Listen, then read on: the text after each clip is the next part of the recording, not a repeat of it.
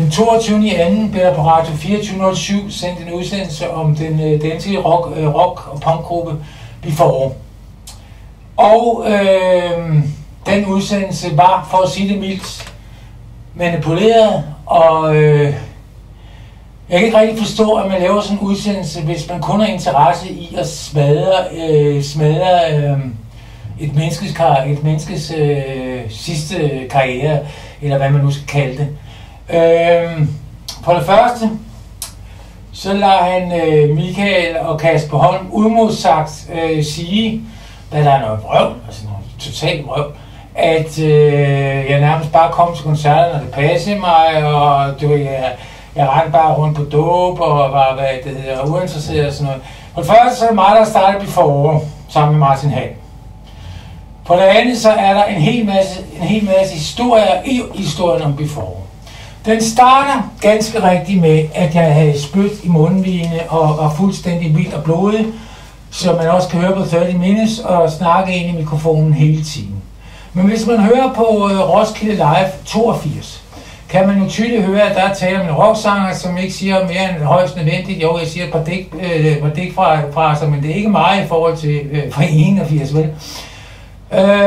Og 82 hvor spørger jo også den koncert, hvor vi spillede samme dag som U2, og hvor vi fik en anmeldelse af Torben Bille, som var helt overfantastisk. Så skal det omkring der 82-83, at vi begynder at blive en større gruppe. Og der er det så, at jeg ikke møder op til 2 koncerter, en i Aarhus, og en tror jeg det var i Svendborg, eller var det Odense. Og der sker altså det, vi holder et møde, og der lover jeg så højt heldigt, at det gør jeg ikke mere, og det gjorde jeg heller ikke mere. Hvad man end kan sige med øver af det der, det ved jeg ikke, det kan jeg ikke huske det sidst, men hvad det hedder, jeg var til hver eneste koncert. Noget helt andet er, at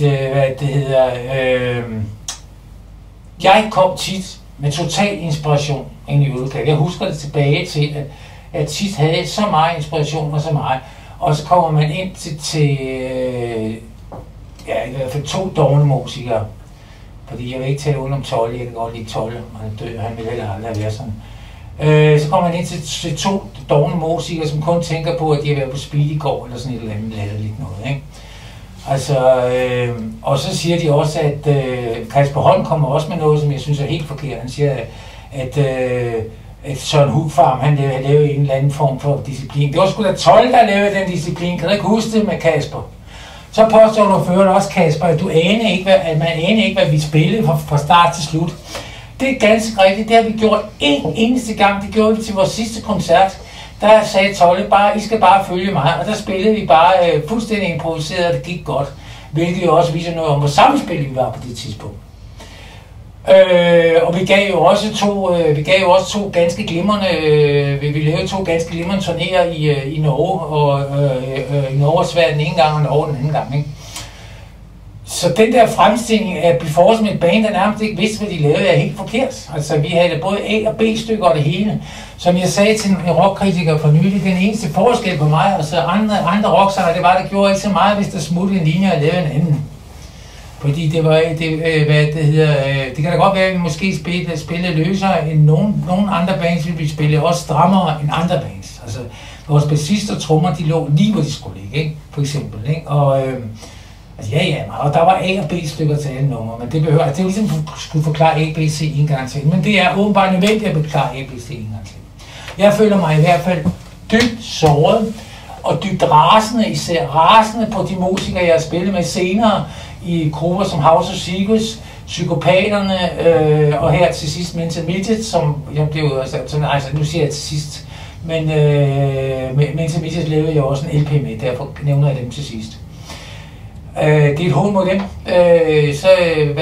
Hvis jeg skulle være så dum som den udsendelse ansøger, så er de jo også dumme, at de har spillet sammen med mig. Det drejer sig så selv om folk som Henrik Lipgott, folk som Claus Lynggaard, folk som Peter Rud, en fantastisk guitarist, mange andre gode musikere, jeg har spillet sammen med. John Tejlgaard har jeg også lavet en enkelt job med for et meget stort. Men det var bare det, jeg ville have at sige, og hvis I har nogle spørgsmål om Before, så må I række dem til, så må Så må I række dem til, så kommer vi, laver vi en hjemmeside, ikke? Vil vi gøre det? Jo, god idé.